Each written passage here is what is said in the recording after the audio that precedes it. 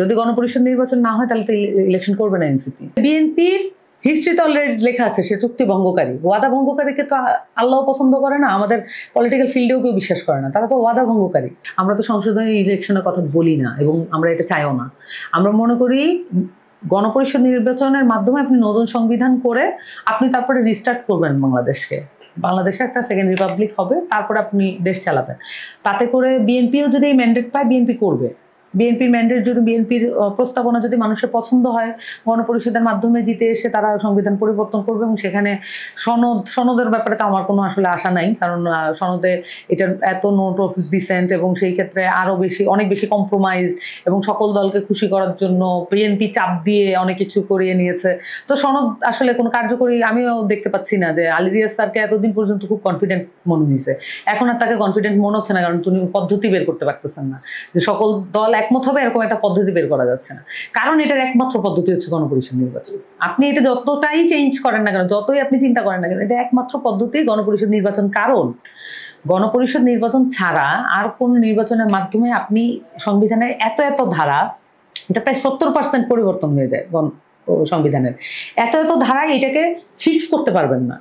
মানে এটা পরিবর্তন করার পরে এটা এরকমই থাকবে এবং কোর্ট এসে পরের বার কোর্ট এসে এটাকে এক খোঁচায়, কলমের খোঁচায় এটাকে নালিফাই করে দিবে।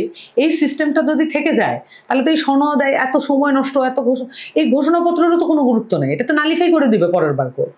তো কোর্ট আমরা দেখছি আমাদের পলিটিক্যাল সিস্টেমে সবসময় সুপ্রিম কোর্ট এখানে হস্তক্ষেপ করছে এবং এটাকে ব্যবহার করা হয়েছে। এটা কিন্তু আলাদা না, বিচার বিভাগ পুরোপুরি অধীন, মানে আমলাতন্ত্র এবং আমাদের যে রাজনৈতিক ব্যবস্থা এটার অধীন। সো এইটার সুযোগ আছে। এখন বিএনপি এই যে ভয়গুলো পাচ্ছে, এই ভয়গুলোর মধ্যে দিয়ে আসলে তার মনে হচ্ছে যে মানে জুলাই সনদ বা হচ্ছে এই গণপরিষদ নির্বাচনের দিকে আমাদেরকে সংসদীয় ইলেকশনের দিকে ঠেলে দিতে পারলে তার লাভ হয়। কিন্তু আমরা তো সংসদীয় ইলেকশনে যাব না, এবং ওই যে যেটা হচ্ছে 30টা আসন না 50টা আসন, সেটার আলাপ তো অনেক পরে। এবং গণপরিষদ নির্বাচনে তো ওইভাবে আসন ভিত্তিক এরকম না, এটা তো পুরো দেশ থেকে আসলে ইলেক্টেড হয়ে আসে সংসদ সদস্যরা, এবং তাদের ম্যান্ডেট থাকে সংবিধান কেন্দ্রিক।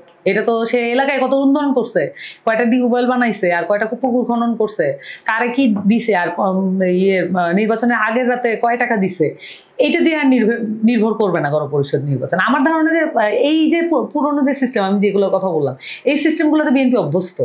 এই কারণে বিএনপি আসলে আমাদেরকে ক্রমাগত সংসদীয় ইলেকশনের দিকে কথা বলতে বাধ্য করছে। কিন্তু আমরা আমাদের পার্টির জায়গা থেকে খুব পরিষ্কার যে গণপরিষদ নির্বাচন আমরা এই পথেই একমাত্র পথ বাংলাদেশে। প্রধান উপদেষ্টা তো বলেন ফেব্রুয়ারিতে নির্বাচন হবে। ফেব্রুয়ারিতেই গণপরিষদ নির্বাচন হবে। তাহলে ফেব্রুয়ারিতে নির্বাচন, তাহলে কি সংসদীয় আসন নির্বাচন বাদ দিয়ে আপনি মনে করছেন যে আসন থেকেই তো সবাই ইলেকশন করবে? কিন্তু এটা গণপরিষদের উদ্দেশ্যে এটা তো বলতে হবে মানুষকে। যে আমরা যদি না বলি, মানে মানুষ কিভাবে জানবে এই ইলেকশনের পরে কি হবে, পরিবর্তনটা কি? আমরা তো একটা পার্টি থেকে আরেকটা পার্টির হাতে দেশটা তুলে দিতে হচ্ছে, গণভ্যুত্থান ঘটে নাই, প্রাণ দেয় নেই কেউ।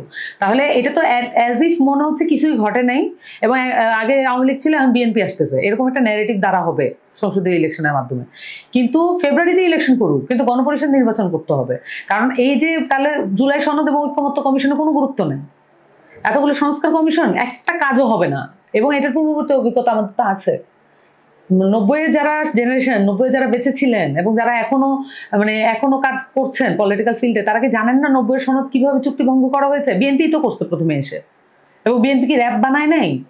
ওটা আওয়ামী লীগ সর্বোচ্চ ব্যবহার করছে ঠিকই, কিন্তু তার উদ্ভব তো তার হাতে, এই রক্ত কি তার হাত থেকে মুছে যাবে? তাহলে বিএনপির হিস্ট্রিতে অলরেডি লেখা আছে সে চুক্তি ভঙ্গকারী, ওয়াদা ভঙ্গকারীকে তো আল্লাহ পছন্দ করে না, আমাদের পলিটিক্যাল ফিল্ডেও কেউ বিশ্বাস করে না, তারা তো ওয়াদা ভঙ্গকারী।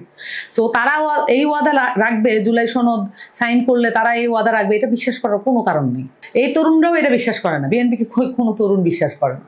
সো এই তরুণদের হাতে একটা সুযোগ আছে বাংলাদেশটা পরিবর্তন করে, এই সুযোগ তারা কাজে লাগাবে। গণপরিষদের নির্বাচনের মাধ্যমে এই সংবিধান চেঞ্জ হবে এবং বাংলাদেশের রাষ্ট্র কাঠামো পরিবর্তন হবে। ফেব্রুয়ারি নির্বাচন নিয়ে এনসিপির প্রিপারেশন? আমি তো বারবার বলছি যে এটা মানে গণপরিষদ নির্বাচনের দিকেই যাত্রা করতে হবে। যদি গণপরিষদ নির্বাচন না হয় তাহলে তো ইলেকশন করবে না এনসিপি। না, আমাদের প্রত্যেকটা জায়গায় আমরা তো নতুন সংবিধানের কথা বলেছি। গণপরিষদের কথাটা হয়তো এই মুহূর্তে অত পপুলার নাই, কারণ আমরা পুরো পদযাত্রায় আমরা কিন্তু নতুন সংবিধানের কথা বলেছি। আমাদের প্রত্যেক নেতা নতুন সংবিধানের কথা বলেছেন, গণপরিষদের কথাও বলেছেন নানান মাত্রায়। কিন্তু এই গণপরিষদ নির্বাচন হচ্ছে একটা প্রসেস, কিন্তু নতুন সংবিধান হচ্ছে আপনার আউটকাম। আমার তো আগে মানুষের যে স্বপ্ন সেটা তো আগে আমাকে বলতে হবে, তারপরে না এটা সিস্টেমটা। তাহলে গণপরিষদ নির্বাচনের কথা আমরা এখনো বলছি, এবং আমাদের কিন্তু কিছুদিন আগে জুলাই সনদ গণপরিষদ নির্বাচনের টপিক রেখে কিন্তু কিছুদিন আগেও এখানে একটা আলোচনা, অফিসে একটা আলোচনা সভা হয়েছে আমাদের গণপরিষদ নির্বাচন নিয়ে, এবং জুলাই সনদের যে আইনি ভিত্তি সেগুলো নিয়ে আমাদের মাঠের প্রোগ্রামও থাকবে। আমরা সবসময় সোচ্চার এটা নিয়ে।